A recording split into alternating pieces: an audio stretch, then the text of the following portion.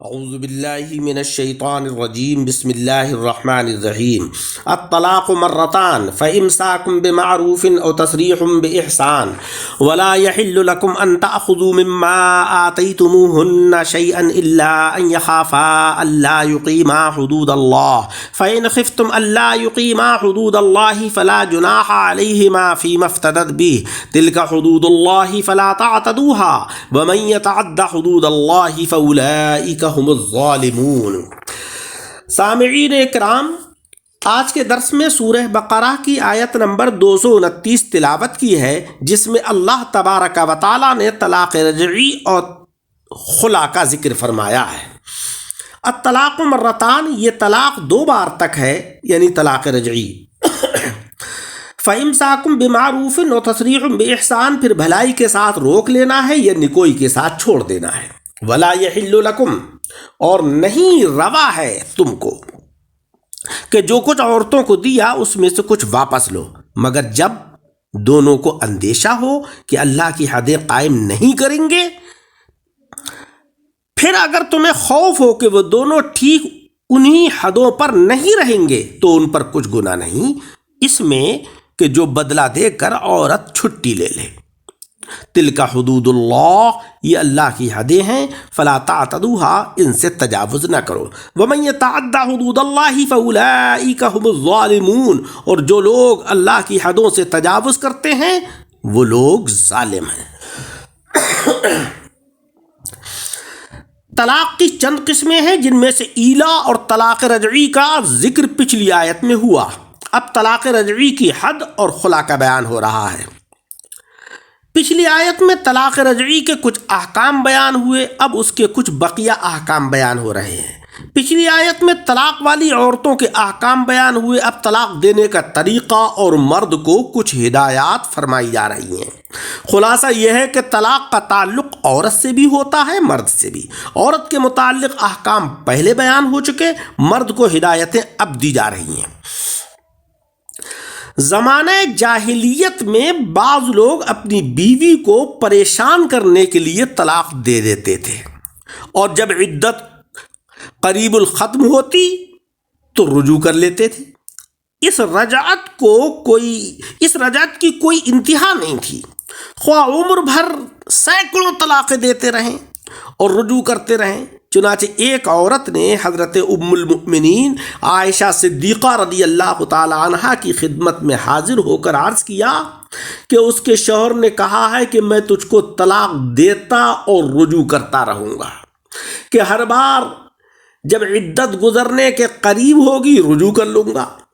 حضرت عائشہ صدیقہ رضی اللہ تعالی عنہا یہ سن کر خاموش ہو رہیں۔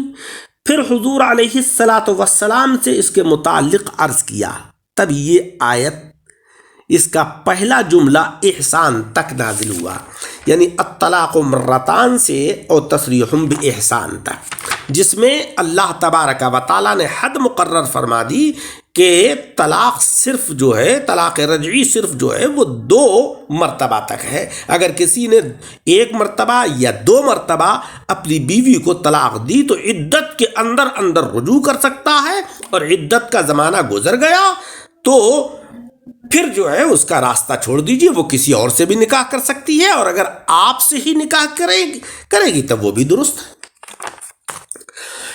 دوسرا یہ کہ جمیلہ بنت عبداللہ ابن ابی حضرت ثابت بن قیس کے نکاح میں تھی اور اپنے شوہر سے سخت نفرت کرتی تھی۔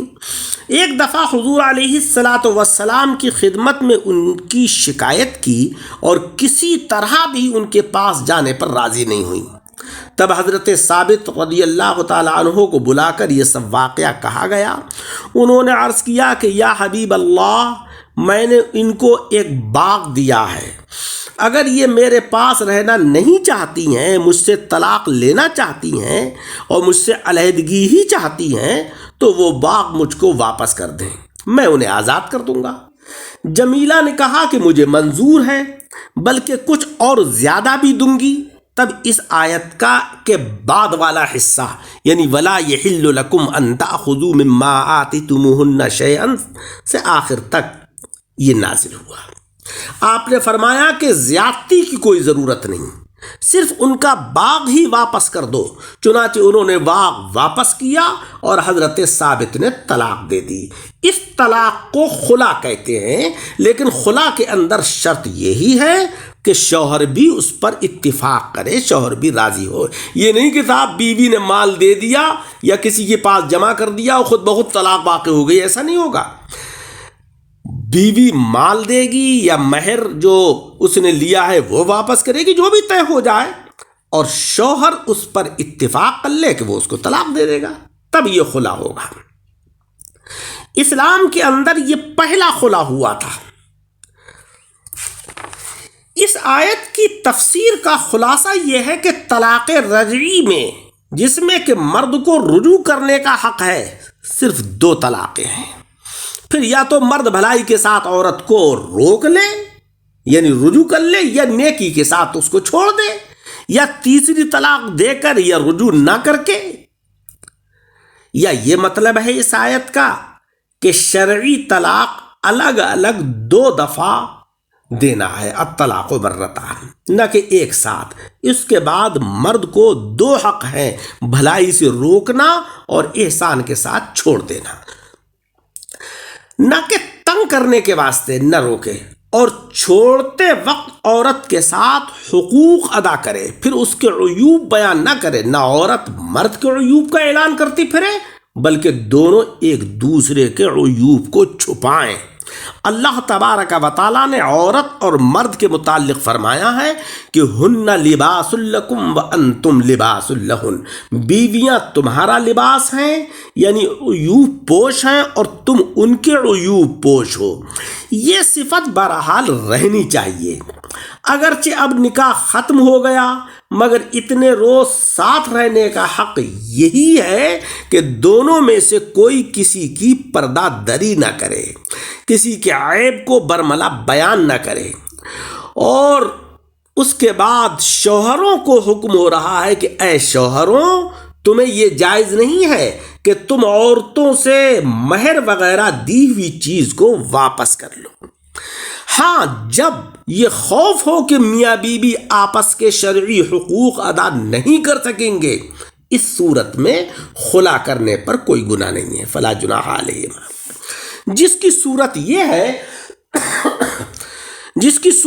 ہے کہ عورت شوہر کو بطور فدیہ کچھ مال دے کر طلاق حاصل کر لے۔ اس طریقے سے عورت تو مرد کو مال دے دے اور مرد عورت کو طلاق دے دے۔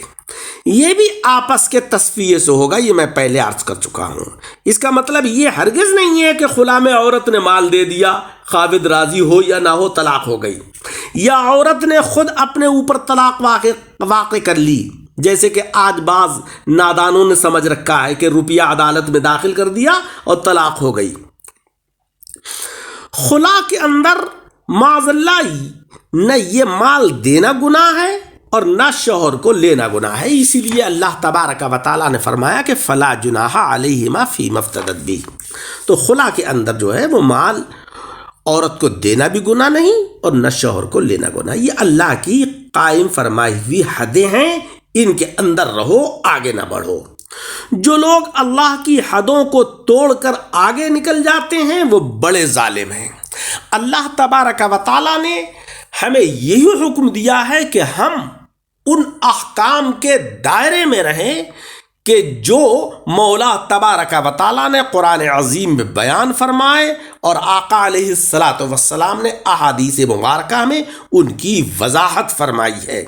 ان حدود سے تجاوز نہ کریں، لیکن افسوس یہ ہے کہ آج ہمیں حد تجاوز کرنے کا بڑا شوق ہے، اپنی طرف سے دین کے اندر کلی پھندنے لگانے کا بڑا شوق ہے۔ بھائی، جب اللہ تبارک و تعالیٰ نے ہمارا دین مکمل فرما دیا ہے اور اس تکمیل کا اعلان قرآن عظیم میں فرما دیا ہے، تو ہم اپنی جانب سے دین کے اندر یہ کلی پھندنے کیوں لگاتے ہیں، جس سے کہ ملت میں انتشار پیدا ہوتا ہے، ایک دوسرے میں اختلافات پیدا ہوتے ہیں۔ یہ سارے اختلافات اسی وجہ سے پیدا ہوتے ہیں کہ ہم دین کے اندر اضافے کرتے ہیں یا کمیاں کرتے ہیں۔ اللہ رب العزت کی حدوں سے آگے نہ بڑھو، اسی لیے اللہ تبارک و تعالیٰ نے فرمایا وَمَن يَتَعَدَّ حُدُودَ اللَّهِ، اور جو اللہ کی حدوں سے تجاوز کرتے ہیں فاولئک هم الظالمون، وہی لوگ ظالم ہیں۔ اللہ رب العزت ہمیں قرآن عظیم پڑھنے، سمجھنے اور اس کے اوپر عمل کرنے کی توفیق عطا فرمائے۔ آمین بجاہ النبی الکریم۔ درس کو سن کر احباب کے ساتھ شیئر کریں اور ہمارے یوٹیوب چینل دعوت حق درس قرآن کو سبسکرائب کریں۔